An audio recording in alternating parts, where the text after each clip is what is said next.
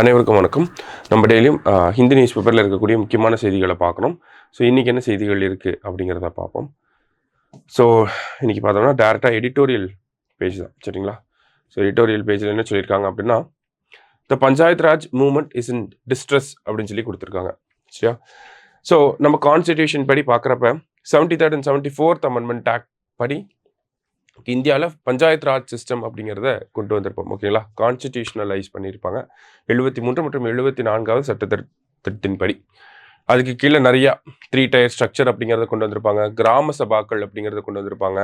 Election நடத்துறதுக்காக state election commission அப்படிங்கிறது இருந்திருக்கும். அந்த பஞ்சாயத்து ராஜ்களுக்குன்னு இருக்கக்கூடிய நிதி சார்ந்த பிரச்சனைகளை அணுகக்கூடிய வகையில் ஒவ்வொரு மாநிலத்துக்கும் மாநில நிதி ஆணையம் ஸ்டேட் ஃபினான்ஸ் கமிஷன் அப்படிங்கிறத சொல்லியிருப்பாங்க. 50% ரிசர்வேஷன் அப்படிங்கிறத கொடுத்துருப்பாங்க. 5 இயர்ஸில் தான் 5 இயர்ஸ் ஒன்ஸ் எலெக்ஷன் நடக்கணும் அப்படிங்கிறத சொல்லியிருப்பாங்க. 21 இயர்ஸ் ஆஃப் ஏஜ் அந்த தேர்தலில் போட்டியிடுறதுக்கு 21 வயது இருந்தால் போதும் அப்படிங்கிறத சொல்லியிருப்பாங்க. இந்த மாதிரி நிறையா சாலியன் ஃபீச்சர்ஸ் அப்படிங்கிறது நமக்கு அந்த பஞ்சாயத் ராஜ் அமெண்ட்மெண்ட்லேருந்து வந்திருக்கும், சரிங்களா? ஸோ இந்த அமெண்ட்மெண்ட்ஸ்லாம் வந்து நமக்கு ஏறக்குறைய 32 வருஷம் ஆயிடுச்சு. இப்போது இதில் என்ன பிரச்சனைகள்லாம் இருக்குது அப்படிங்கிறது ஜஸ்ட்டு நமக்கு கொடுத்துருக்காங்க, ஓகேங்களா? ஸோ என்னெல்லாம் பிரச்சனைகள் இருக்குது அப்படிங்கிறத பார்த்தோன்னா, ஃபஸ்ட்டு செவரல் ரீசன்ஸ் வந்து கொடுக்குறாங்க. ஃபஸ்ட்டு ரீசன் என்ன இருக்குது அப்படின்னு பார்த்தோன்னா, டிக்ளைன் இன் பப்ளிக் பார்ட்டிசிபேஷன். நம்ம பொதுவாகவே லோக்கல் பாடி எலெக்ஷன்ஸில் ஓட்டு போடுறதெல்லாம் பெரிய அளவில் விரும்ப மாட்டோம், இப்போ இருக்கக்கூடிய தலைமுறையினர் பார்த்தோம்னா. அதை தான் சொல்கிறாங்க. அடுத்தது over dependence on centrally sponsored schemes அப்படிங்கிறது ஒரு முக்கியமான பாயிண்ட்டாக சொல்கிறாங்க, ஓகேங்களா? மத்திய அரசாங்கம் செயல்படுத்தக்கூடிய திட்டங்கள் மேலே அதிகமாக டிபெண்ட் பண்ணி இருக்கிறது. அப்போ அவங்க திட்டத்து மேலே டிபெண்ட் பண்ணியிருக்கனால அவங்க ஃபண்டிங்கை ரிலீஸ் பண்ணால் தான் இந்த திட்டத்தை செயல்படுத்த முடியும், அந்த மாதிரியான பிரச்சனை. அடுத்தது politicisation through engagement of political parties. Local body எலெக்ஷன்ஸில் கூட பார்த்தோம்னா நமக்கு அது கூட பொலிட்டிக்கல் வார்டு மெம்பருக்கான கவுன்சிலருக்கான எலெக்ஷனில் கூட அரசியல் கட்சிகளுடைய தாக்கம் ரொம்பவே அதிகமாக இருக்குது. பீப்புள் வந்து போலரைஸ்டாக இருக்காங்க கட்சிகளின் பேரில் அப்படின்னு சொல்லி சொல்கிறாங்க, ஓகேங்களா? ஸோ இதெல்லாம் வந்து ஒரு சில காரணங்களாக நமக்கு சொல்கிறாங்க. இருந்தாலும் டீட்டெயில்டாக இந்த இடத்துல எக்ஸ்பிளைன் பண்ணியிருக்காங்க. என்ன சொல்கிறாங்க அப்படின்னா, ஃபஸ்ட்டு வந்து நமக்கு அட்மினிஸ்ட்ரேட்டிவ் டீசென்ட்ரலைசேஷன் அப்படிங்கிறத சொல்கிறாங்க, ஓகேவா? அட்மினிஸ்ட்ரேட்டிவ் டீசென்ட்ரலைசேஷன் இதில் என்ன சொல்ல வராங்க அப்படின்னு பார்த்தோம்னா, ஸ்டேட் கவர்மெண்ட்ஸ் வந்து local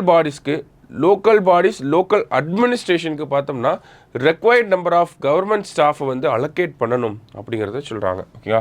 NEET to devolve staff to local governments and cede administrative control அப்படின்னு சொல்லி கொடுக்குறாங்க. அப்போ லோக்கல் கவர்மெண்ட்ஸ்க்கு வந்து அவங்களோட அட்மினிஸ்ட்ரேஷனை நடத்துவதற்கு சரியான அளவில் அரசு ஊழியர்களை வந்து தமிழக அரசாங்கமும் சரி, இந்தியாவில் இருக்கக்கூடிய எல்லா அரசாங்கங்களுமே இந்த ஒரு ஸ்டாஃப்ஸை வந்து அலோகேட் பண்ணணும் அப்படிங்கிறத சொல்கிறாங்க. நமக்கு பஞ்சாயத் 73rd அமெண்ட்மெண்ட் ஆக்ட் படி பார்த்தோம்னா ஃபங்க்ஷனல் ஐட்டம்ஸ் அப்படின்னு சொல்லி ஒன்று இருக்கும். அதில் 29 ஃபங்க்ஷனல் ஐட்டம்ஸ் அப்படிங்கிறத ஆர்டிகல் 243Gயில் வந்து சொல்லியிருப்பாங்க, இல்லையா? ஸோ இந்த 29 ஃபங்க்ஷனல் ஐட்டம்ஸையும் நம்ம என்ன பண்ணணும் அப்படின்னா, மாநில அரசாங்கம் லோக்கல் பாடிஸ்க்கு அலோகேட் பண்ணணும், அதுக்கு தேவையான ஸ்டாஃபை கொடுக்கணும், ஃபண்டிங் கொடுக்கணும், எல்லாம் பண்ணணும், சரிங்களா? ஆனால் அப்படி பண்ணுறாங்களா அப்படின்னு பார்த்தா இந்தியாவில் இருக்கக்கூடிய எல்லா மாநிலங்களும் சேர்த்து பார்க்குறப்ப லெஸ் தேன் 20% தான் இதை பண்ணியிருக்காங்க, சரிங்களா? யாருமே ஃபுல்லாக இதை பண்ணி முடிக்கலை அப்படிங்கிறது தான் இந்த இடத்துல முக்கியமான ஒரு விஷயமா இருக்குது, சரிங்களா? அடுத்தது ஃபண்டிங் பிரச்சனை, சரிங்களா? அதாவது எப்படி மத்திய அரசாங்கங்கள் கிட்ட இருந்து மாநில அரசாங்கம் நிதியை ரொம்ப உரிமையோடு கேட்டு வாங்குறாங்களோ, அதே மாதிரி மாநில அரசாங்கமும் அதே ஒரு கண்ணோட்டத்தில் லோக்கல் கவர்மெண்ட்ஸுக்கு நிதியை வழங்கணும் அப்படிங்கிறத சொல்கிறாங்க.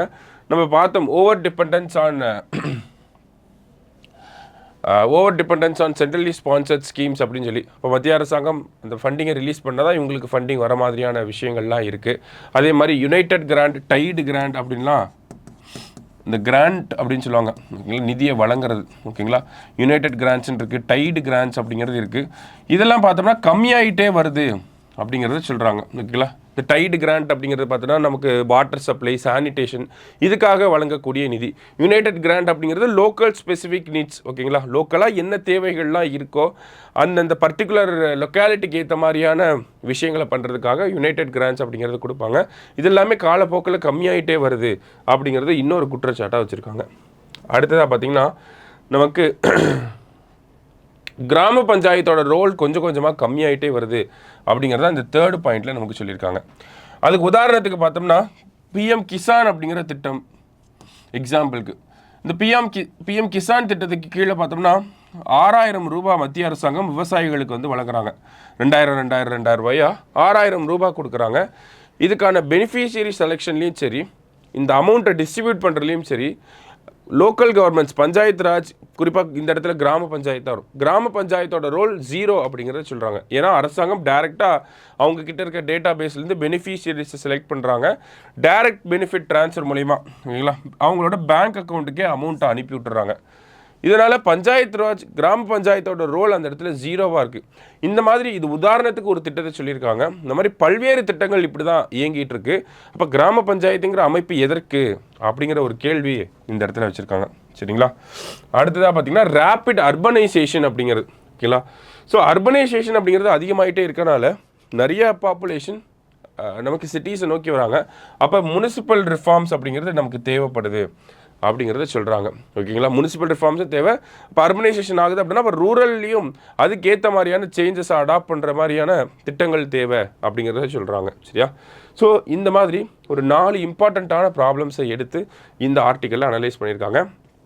ஸோ இதுக்கு ஃபுல்லாகவே வந்து மறுபடியும் ஷிஃப்ட் டுவர்ட்ஸ் டீசென்ட்ரலைசேஷன் அப்படிங்கிறதா ஒரு சொல்யூஷனாக இருக்கும் அப்படிங்கிறதா இந்த இடத்துல கொடுத்துருக்காங்க. சரியா? ஸோ ஜஸ்ட் இது மெயின்ஸ் பாயிண்ட் ஆஃப் வியூவில் என்னென்ன பஞ்சாயத்து ராஜ் மூமெண்ட் இருக்கக்கூடிய சேலஞ்சஸ் என்ன, பஞ்சாயத்து ராஜில் இருக்கக்கூடிய கரண்ட் கான்டெம்பரரி டைம்ஸில் இருக்கக்கூடிய சேலஞ்சஸ் என்ன அப்படின்னு கேட்டால் இதெல்லாம் நம்ம எழுத முடியும். சரிங்களா? மெயின்ஸ் பாயிண்ட் ஆஃப் வியூவில்.